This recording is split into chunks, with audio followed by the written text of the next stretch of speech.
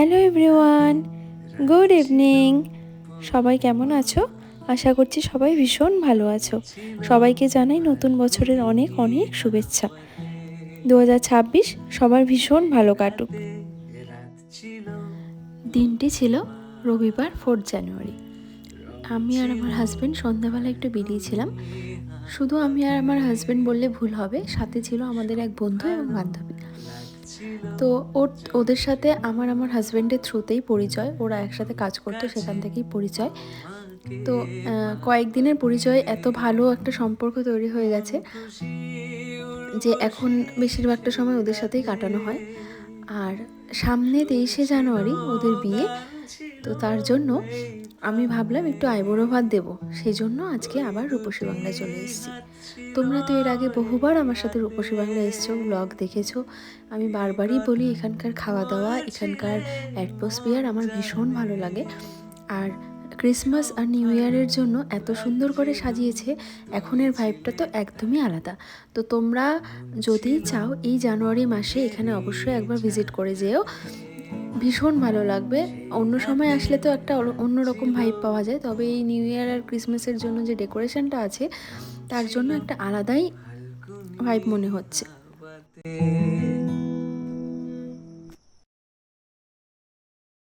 সেই রাতে রাত ছিল পূর্ণিমা।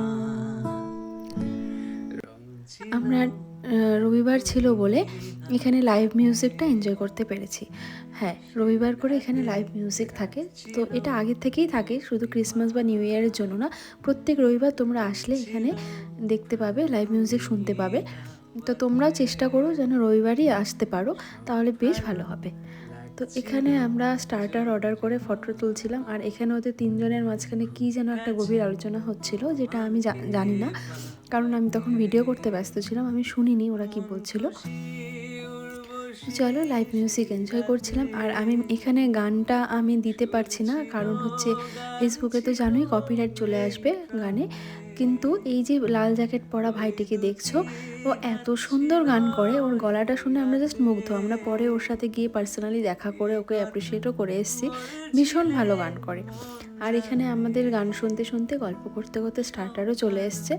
তো আমি এর আগেও বলেছিলাম আমার এই ডাইভ রিসর্টের ক্রিসপি চিলি বেবিকর্ন সেটা আমার ভীষণ ভালো লাগে, তো সেটাই অর্ডার করেছিলাম। আর ছিল অনিয়ন পকোড়া, যেটার ভিডিও করতে আমি ভুলে গেছি, আর কোল্ড কফি। এটাই ছিল হচ্ছে স্টার্টারে।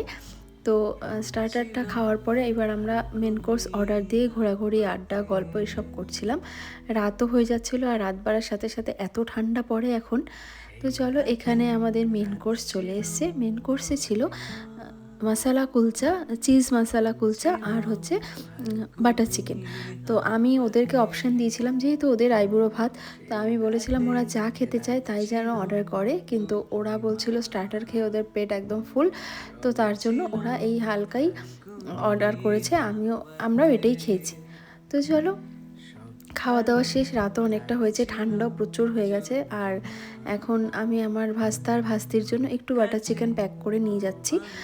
তো আবার একটু যাওয়ার আগে একটু গান শুনে কিছুটা সময় কাটিয়ে প্রায় রাত তখন 9:15 নাগাদ আমরা বেরোলাম।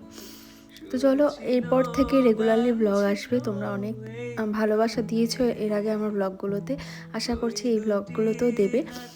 তো চলো, till then take care, tata, bye by.